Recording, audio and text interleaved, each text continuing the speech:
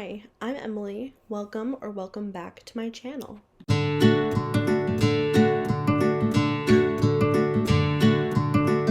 New intro. Do we like it? I think I like it. Anyway, today I want to go through all the books I read in July. I want to do it as quickly as possible because I had to turn my fans off so that they wouldn't interfere with the noise in here. And it is very hot in my room at all times.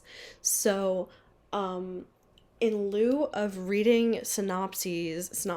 Yeah, synopses, of all of the books that I read, I'm going to flash the Goodreads synopsis on the screen. And you can pause to read it if it's a book that you're interested in. If you don't want to pause to read it, that's fine. But it just makes it easier for me and it makes the video go by quicker for me and for you. So we're gonna jump into it with some stats. I love stats. I read 12 books, which is the same as June, but I didn't plan that, so that's kind of crazy. I read 3,879 pages. My top genre was romance, and my average rating across all of these books was 4.21. Which isn't bad. I feel like I gave out quite a lot of 5 stars and like high 4s. So, yeah, that's cool. First book that I read in July was just the easiest 5 stars I've ever given. Or maybe not the easiest I've ever given, but it was pretty easy. It was Cheer Up, Love and Pom Poms by Crystal Fraser. And it's a graphic novel.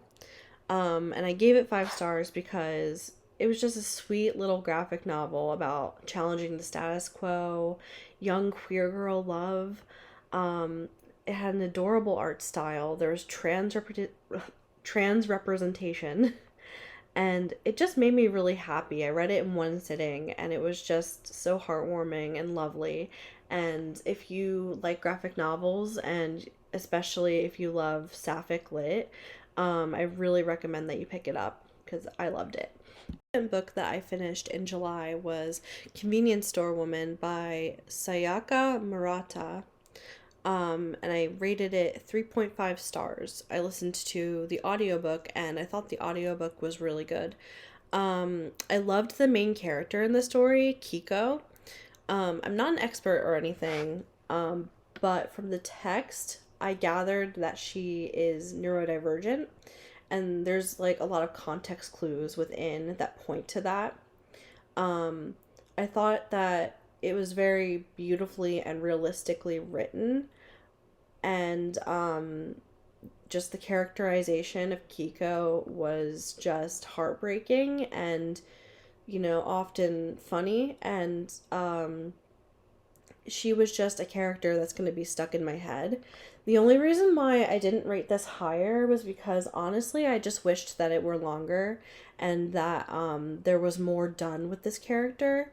In terms of plot, I really feel like there could have been so much more. I would love to see like more of this character in this author's writing, but as far as I know, this is a standalone. So yeah, but it was really great, and I do recommend it to pretty much anyone. It was great, and it has a cute little cover too. Not that that matters so much, but obviously it's adorable. So that's how I felt about Convenience Store Woman. Next up, I have Book Lovers by Emily Henry, which I actually have right here. Hello. I gave this 5 stars, and nobody is surprised. I was a little bit worried because there were a lot of people in my friend circle who did not like this, and like just they were just like, no. A lot of people who DNF'd, and so I was really worried going in, but their reasoning was that the book was more about the two sisters in the story rather than the romance. While I totally get that, I feel like knowing that it was more about the sisters prepared me, and so when I went into it, I knew what to expect, and therefore I didn't hate it. So I thought that the romance was actually really lovely. It's not really an enemies to lovers the way that you would think it is. But I still enjoyed it nonetheless. I thought that most of the characters were, lovable and interesting and funny. And there was one character actually that I could not stand at all, but that did not affect my enjoyment at all because mostly I was impressed that Emily Henry wrote a character that I didn't like. That never happens. That's never happened in the history of Emily Henry. So, yeah, I annotated this like crazy and I tabbed it like crazy, and I love this and I will definitely read this again. I feel like I'm in the unpopular opinion crowd with that, but I really loved it. I understand why people didn't because they thought they were getting one thing and they got another. But I think if you go into it knowing that it's not just a straight up romance, it's more like a chick lit or women's lit type of deal, I think that you will enjoy it. So yeah, 5 out of 5 stars. I love you, Emily Henry. To add on to the things that I liked about this, I loved the setting so much, like the small town vibes. It felt very Hallmark movie, but like in a good way, and it just made me feel really warm in the same way that beach read at times made me feel really warm with like it's not small town but like kind of had like a small town feel in the same way that I feel like this does. So that was really special to me and I really loved that. This one I'm going to talk about is short and sweet, so I'm going to keep how I felt about it short and sweet as well. It is Junie B. Jones and Some Sneaky Peeky Spying by Barbara Park. I gave this 5 stars. I read it for a prompt for Summer Splash, which is a readathon that ran for all of July. I had a great time. I got a couple bingos, and it was just a wonderful time. But anyway, the prompt was to read a childhood favorite, and all of the Junie B. Jones books as a kid they were my absolute favorite, like top tier. I loved them. And when I read this again, like I honestly was like laughing out loud, like as if I was like a kid again. It really spoke to my inner child and made me really happy. And honestly, who doesn't love my girl Junie B? If you don't love Junie B, I don't know what to say to you. So yeah, that was that. Obviously 5 stars. Book is a book that I buddy read with my friend Michelle from Michelle's library. We had an interesting time with this. I gave it initially I gave it 4 stars, but then my friend M read it, and the more I talked about it with them, the more distance I got from it, the more I felt like it deserved more of a 3. And you know me, a 3 star is still pretty good for me, but I just wanted so much more out of this book that it did not give me.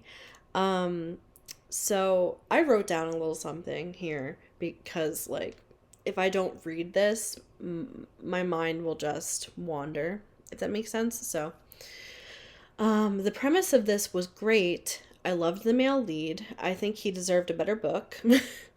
There were cute moments throughout, but there were also moments that stood out like sore thumbs in what was meant to be a rom-com. I had issues with the way all of the women in the book were written.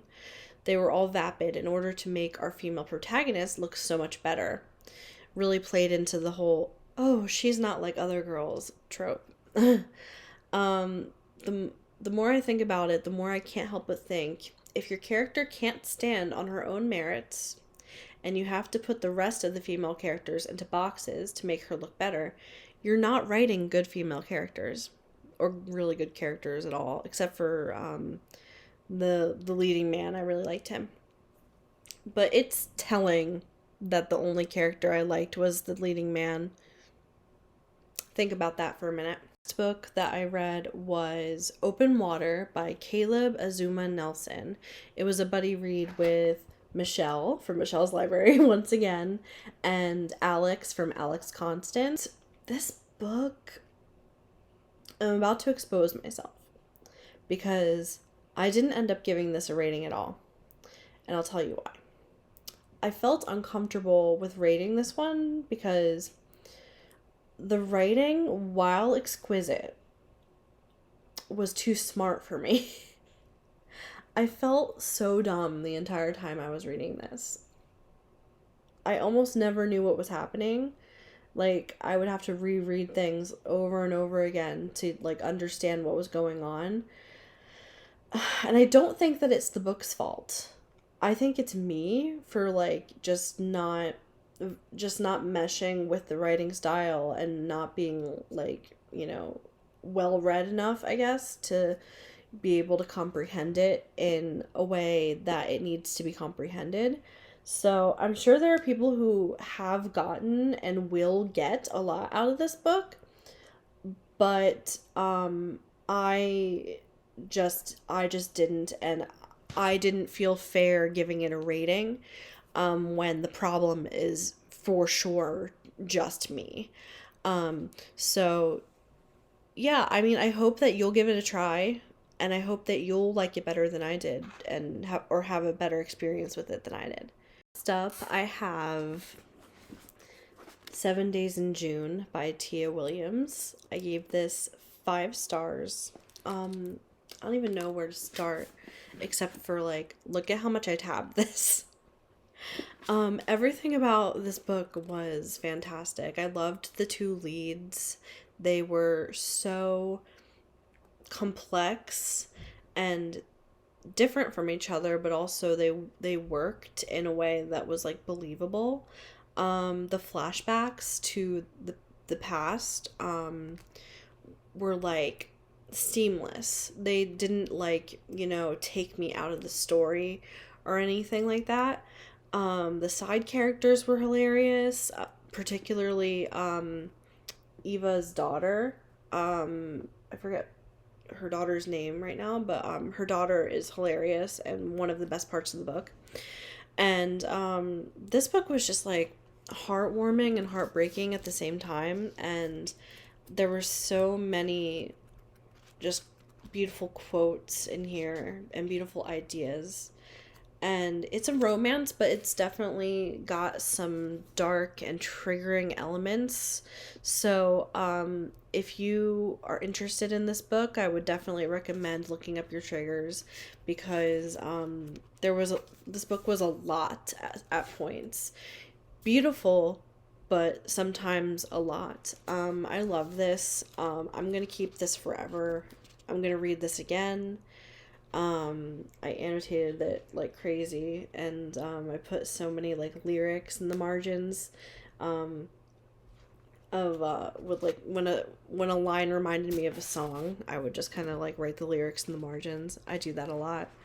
So I loved 7 Days in June so much, and I can't believe I put off reading it for so long, but oh my gosh. If you've been putting it off, this is your sign. Read 7 Days in June. I have Genderqueer by Maya Kobabe. I gave this 5 stars. In explaining why I gave this 5 stars, I'm going to read my Goodreads review, because it's just very important to me that I give you the full context of what I loved. And also, this book has been facing some controversy lately, and I want to use my platform to bring attention to that. So, I would also like to preface this by saying Maya Kobabe goes by Spivak pronouns, and I have never used them out loud before. Although I've known about them for a long time, I've never used them, like, speaking. So I'm a little bit shaky on how to pronounce them. So if I pronounce any of them incorrectly, feel free to let me know. Um, other than that, I'm going to read my review. So I wrote, "This is a memoir of Maya Kobabe coming into her own and figuring out that gender is not as straightforward as many people would like us to believe. The book is brutally honest and beautifully illustrated. I really enjoyed it and learned a lot of things that I wasn't privy to before reading. Supporting Maya and Air work is really important to me because over the past week, obviously, I wrote this a few weeks ago, so last month, um, over the past week, this book was in the news, and not for reasons that I would want it to be. Republicans in Virginia decided to sue M, claiming that some obscenity laws have been broken. To find anything obscene about this book is to be completely ignorant, lacking in context or nuance, and to not understand that this book is a book for adults.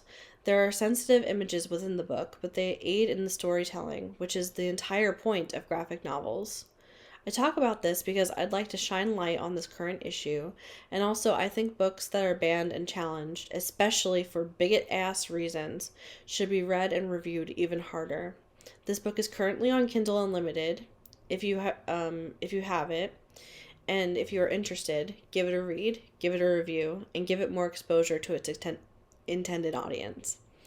So yeah, feel very passionately about that because I think this book needs to be in front of more eyeballs. I'm sorry, I just said eyeballs, but I'm gonna leave it in.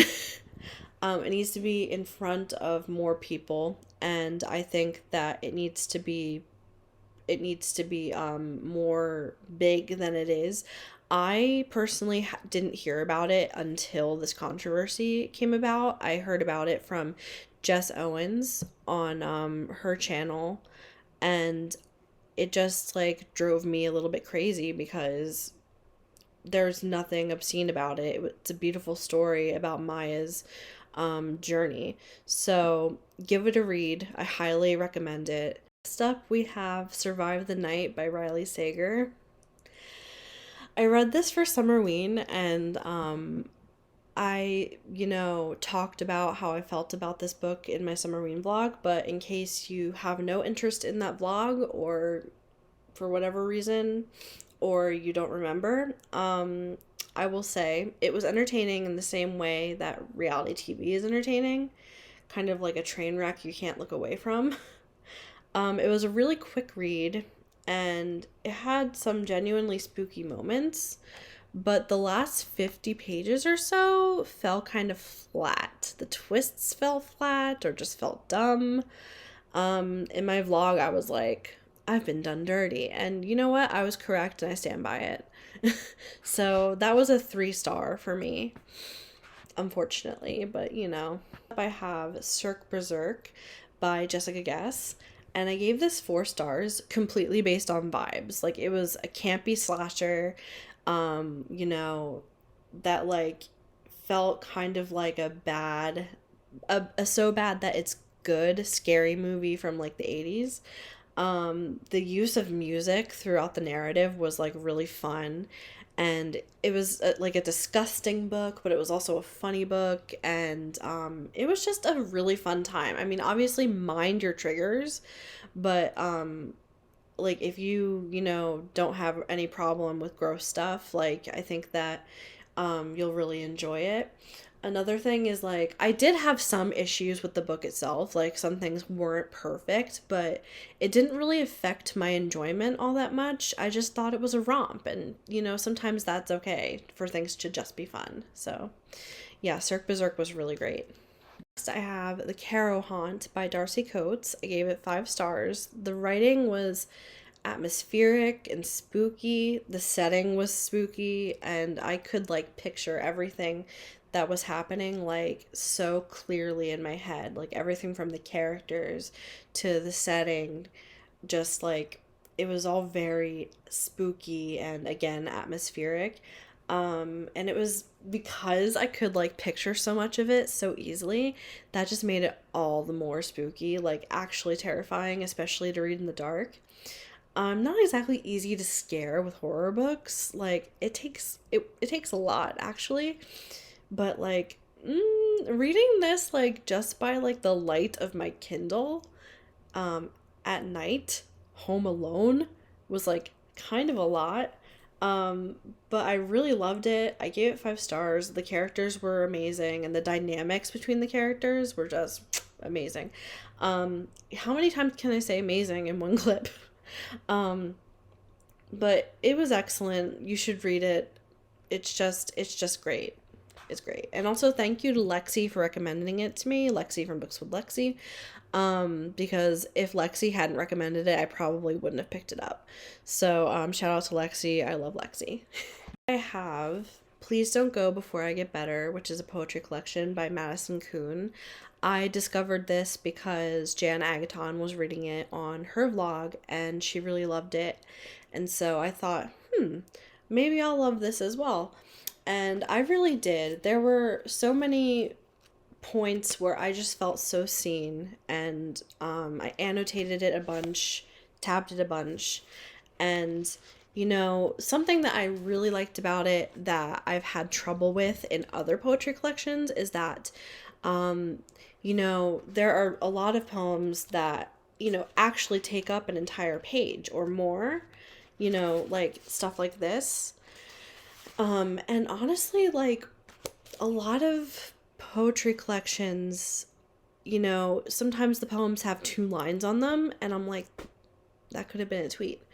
And don't get me wrong, like there's a couple in there like that, but there are not that many at all. This is actually like a very like complete collection, I thought. So, I gave it 5 stars. Did I say that already? I don't know. I gave it 5 stars. And I will definitely return to this again and again because there are just so many beautiful, you know, poems in here and lines that just made me cry. And I just there's this I'm getting like a little bit like flipping through it, I'm getting a little bit teary-eyed. But I want to share this line with you.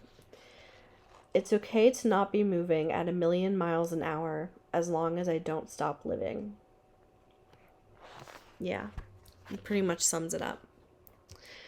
I loved this book. That'd be it for me. I hope that you enjoyed my monthly wrap up. If you did, hit that like button if you're so inclined. And if you're the nicest person in the world, you could subscribe to me. That would make my day. I also love to talk to you guys in the comments. So go ahead and talk to me. And what else? Yeah, let me know if you've read any of these books and how you felt about them. If you did, I'd be really curious. And I think that's about it. So yeah, I love you guys. Have a great rest of your day. Stay safe, and I'll see you in the next one. Bye.